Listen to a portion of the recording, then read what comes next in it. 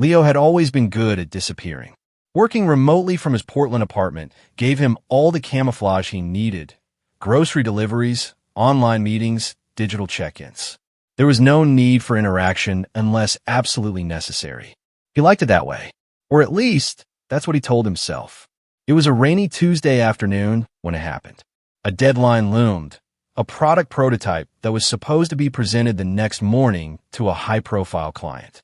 Leo had reviewed his slides, polished the animations, and uploaded everything to the cloud.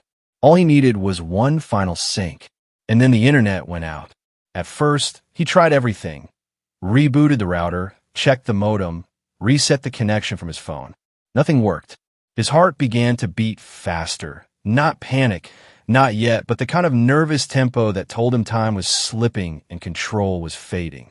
He stared at the blinking red light on his router, then out the rain-streaked window. His phone buzzed with a message from his manager. Still on track for tomorrow? Leo stared at the text and typed back, yes. It wasn't a lie yet, but it would be soon. And then, reluctantly, he stood up, grabbed his hoodie, and climbed the stairs to the apartment above his. He had lived in the building for nearly 3 years. The man upstairs, Elias, was someone he had only ever seen in passing. Tall, quiet, always with a book under one arm, Elias was the kind of neighbor who never made noise and never asked questions. Perfect in Leo's mind. Knocking on someone's door felt intrusive. He raised his fist once, paused. What would he even say? Hi, we've never talked, but can I borrow your signal? But the anxiety of failure was stronger than the fear of awkwardness. He knocked. A few seconds later, the door opened. Elias stood there, slightly surprised but not annoyed. His expression was unreadable, but not closed. Hey, Leo started, voice lower than he expected. Sorry to bother you. My internet's down, and I've got a really urgent deadline. I was wondering if you might have a second, just to maybe check if yours is working, or if I could use it for 5 minutes. I wouldn't ask, but Elias didn't make him finish. Yeah, come in. That was it. No questions, no small talk. He stepped aside and let Leo walk in. The apartment was quiet, not empty, just peaceful. Leo didn't look around. He didn't want to pry. He sat where Elias pointed and opened his laptop. Password, he asked softly. Elias recited a string of letters and numbers. Leo typed it in. It worked instantly. Relief hit like warmth. Thank you, he said. Elias nodded, leaning against the kitchen counter, arms crossed loosely. Bad timing. Leo laughed, a single breath. Very. They didn't say much after that. Leo clicked through his files, synced his slides, uploaded a backup to his drive. Elias didn't hover or check in. He just existed nearby, silently, letting Leo do what he needed to do. After 10 minutes, Leo closed the laptop and exhaled. You saved me. It's just Wi-Fi, Elias said. But Leo shook his head. No, really. That could have ruined tomorrow. I owe you. Elias shrugged, like it wasn't worth mentioning. We've all been there. Something in the way he said it, not flippantly, not dismissively, just calmly, stuck with Leo. He stood up, unsure how to end the moment without making it awkward. I'll get out of your way, he said. Elias didn't stop him, but he also didn't rush him out. Hope it goes well. Leo hesitated, then asked, You work from home too? Elias nodded. Mostly. Some consulting. Translation work. Leo tilted his head. Languages. German and Spanish. And sometimes English, ironically. Leo smiled. That's cool. There was a beat. Not silence exactly, just space. Well, Leo said again. Thanks. Really? Elias gave him a small nod. Anytime.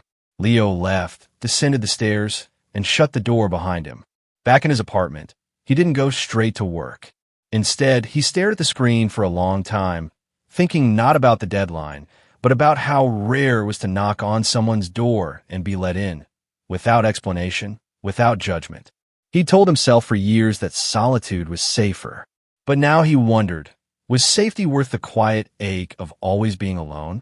The next afternoon, there was a knock at Leo's door. He paused mid-design, surprised. He wasn't expecting anyone. For a brief second, he wondered if he had ordered food without realizing it. But when he opened the door, Elias was there, standing a step back, holding a small USB stick between his fingers. Just wanted to drop this off, Elias said. Some Wi-Fi diagnostic tools. In case it drops again. Leo blinked, then nodded. Oh, thanks. He stepped aside. You can come in if you want.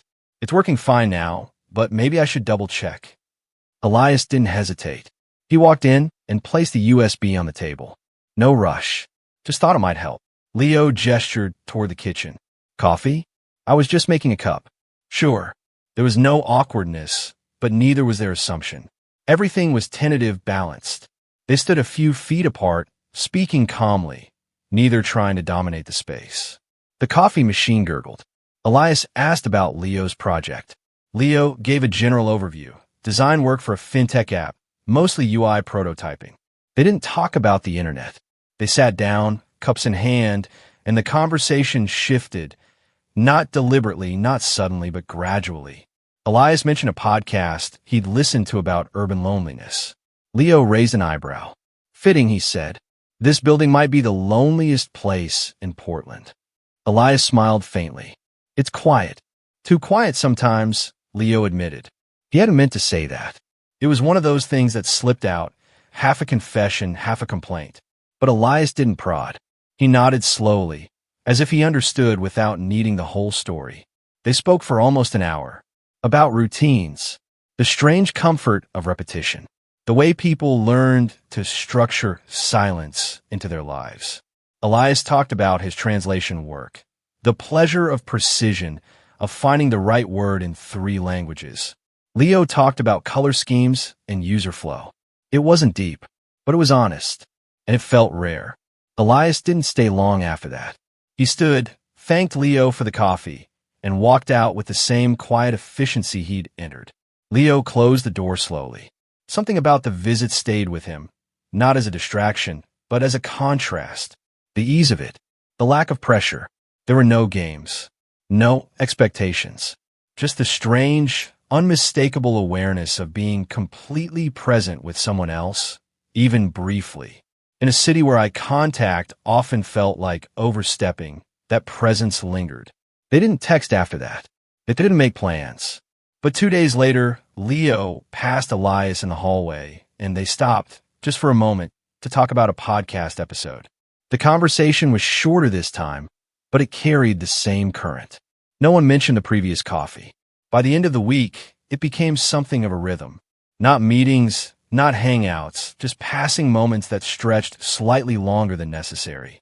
Comments exchanged about headlines, neighbors, local weather. Elias didn't invite himself in. Leo didn't suggest another sit-down. But that ease remained, and with it, a strange kind of stillness. Leo tried to name what it was, but every time he thought too hard, it slipped away. It wasn't attraction. It wasn't friendship. It was acknowledgement. Recognition, maybe. Neither of them reached for more. And that, somehow, made it feel more real. By the 3rd week, the rhythm between Leo and Elias had grown into something steady but undefined. They didn't schedule time together. Nothing was set, but their paths crossed often enough to become something of a pattern. A conversation in the stairwell. A walk after dinner. A quiet moment shared at a corner coffee shop without needing explanation. There were no questions about what it was or where it might go.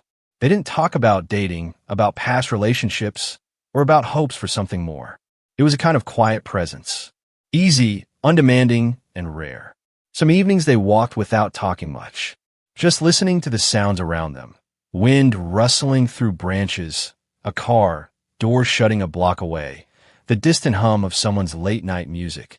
Other nights, their conversations drifted into abstract territory. The ethics of translation, the value of boredom, how modern cities both connect and isolate people. It wasn't dramatic. That's what made it feel real. And then, without warning, Elias stopped appearing. At first, Leo told himself it didn't mean anything. People got busy. Work piled up. Maybe Elias was simply buried in a project or out of town. But after 3 days passed without any encounter, Leo noticed the silence more than he expected to. A week later, he'd stopped hoping to run into him entirely. The book Elias had lent him, a collection of essays about cities and solitude, sat untouched on the table. A podcast episode they both followed released a new segment, and Leo skipped it. There was a distinct shift in the air, like a window that had once been open was now closed, though no one had seen it happen. He thought about sending a message, but each time stopped himself. He wasn't owed anything. They hadn't made promises. Still, the change stung. He didn't want to risk confirming what he feared, that whatever had existed between them had been one-sided, a temporary connection misread as mutual understanding.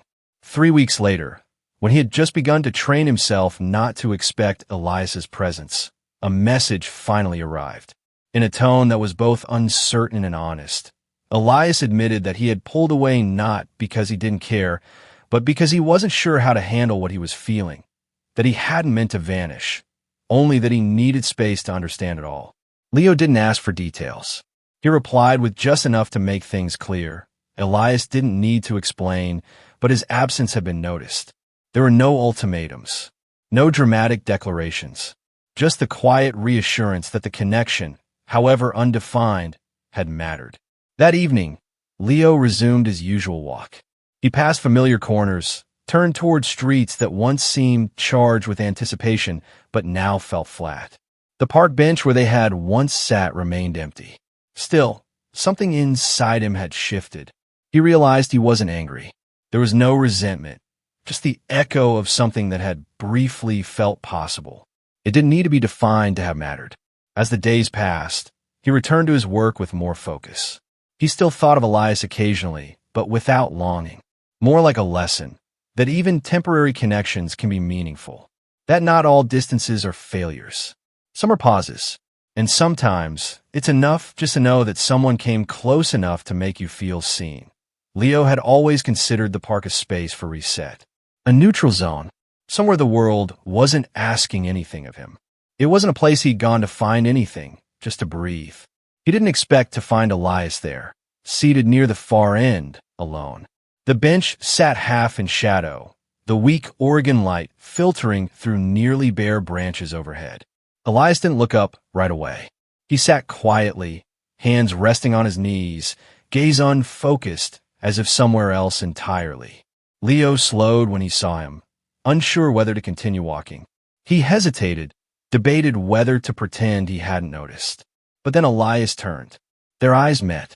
Leo didn't smile, didn't wave, but he walked forward. A silent agreement passed between them, a shared recognition of where they were and what this meant. When Leo reached the bench, he sat down. Not too close, not too far. Neither of them spoke. For a while, the park offered its usual soundtrack, the gentle hum of passing bikes, the crunch of shoes on gravel, children laughing in the distance. It was a quiet day, muted, the kind of quiet that could only happen when both people allowed it to exist. When Elias finally spoke, his voice was low and measured. He told a story Leo had never heard before, about someone he had once considered his closest friend. Back when he was still figuring things out, still trying to find language for how he felt, he had chosen to share that truth with someone who had, until then, seemed like a constant. But that confession had shifted everything. There was no blow-up, no cruel words, just absence, a slow withdrawal that felt colder than any argument. Elias remembered the silence more than anything else, how it grew louder each time they saw each other and pretended everything was still fine. It had taught him something, Elias said, that silence can be a boundary as much as it can be a wound. Leo listened, still facing forward. There was no urge to interrupt. When Elias stopped talking, Leo picked up the thread, not to respond, but to offer something of his own.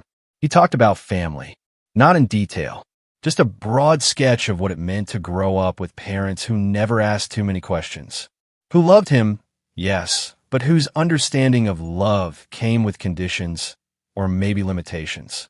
He never came out to them, not because he feared rejection, but because invisibility had, over time, felt easier than uncertainty. To be unknown had become a kind of safety. Their stories didn't mirror each other, but the resonance was clear.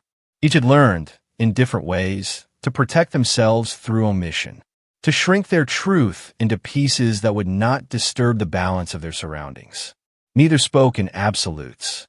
There were no declarations of identity, no dramatic revelations. Just reflections. Shared, not for validation, but for the sake of being heard. Elias said he had spent years believing that openness was a luxury for other people, for those with different families, different friends, different risks. And Leo nodded, not because he agreed with every word, but because he understood the cost of that belief. They talked about how hard it is to let someone see you fully, not because of shame, but because of history, because of what silence had protected them from, and what it had stolen. What struck Leo wasn't just Elias's honesty. It was the calm in his voice, the absence of bitterness, the recognition that pain had been part of his past, but it didn't need to dictate his present. They sat for over an hour. Neither looked at a phone. No one checked the time.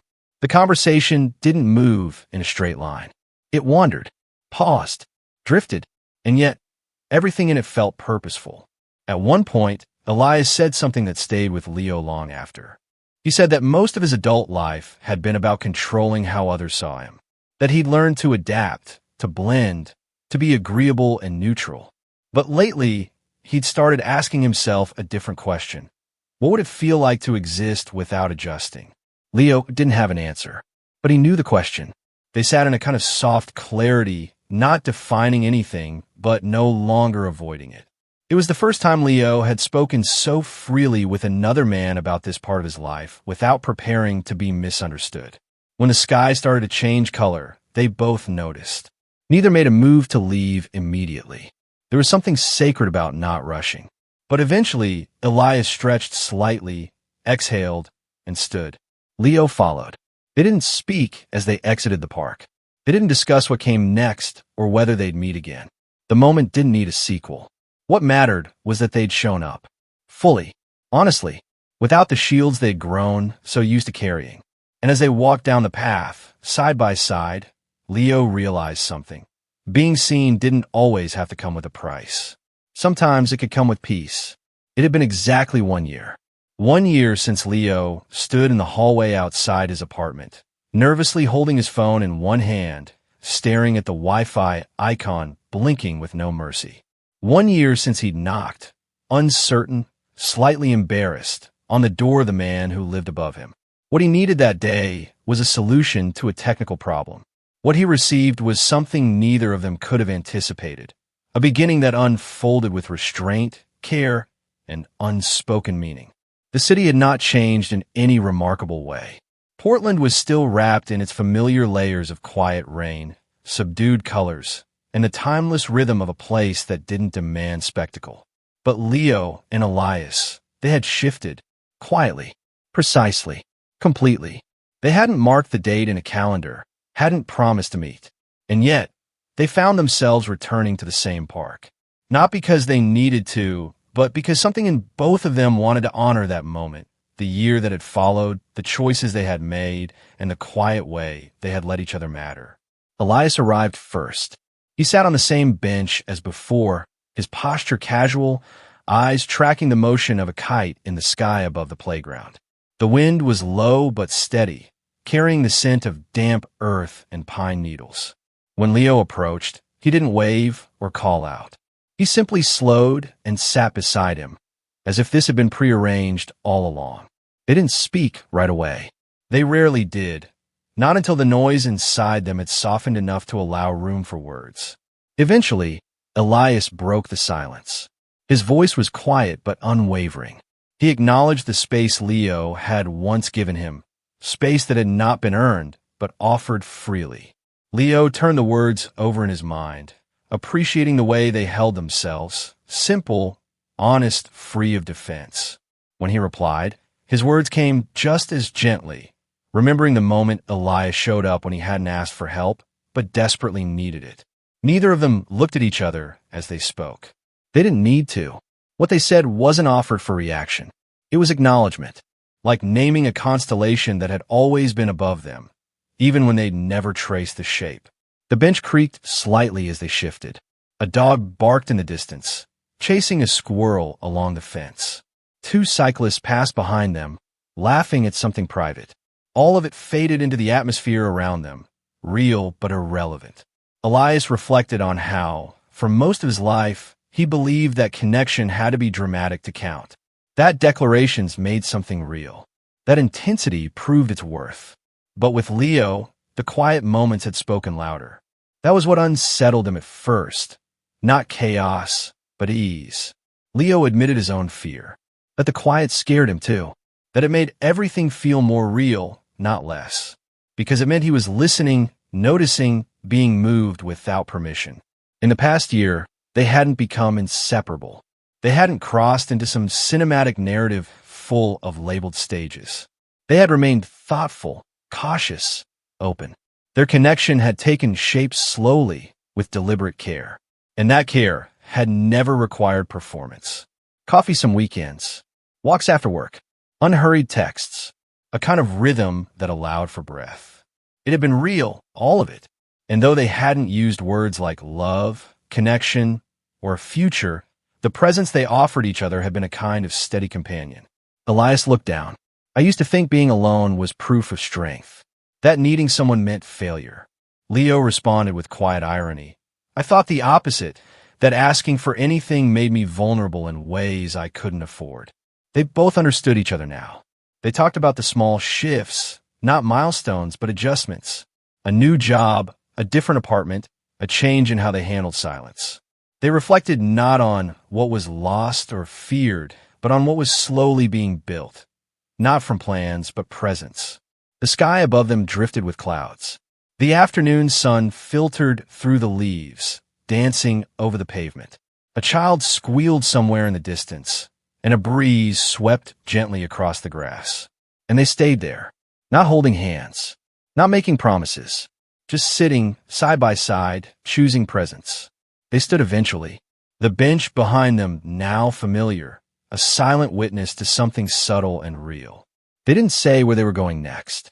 They didn't define anything. They just walked, together,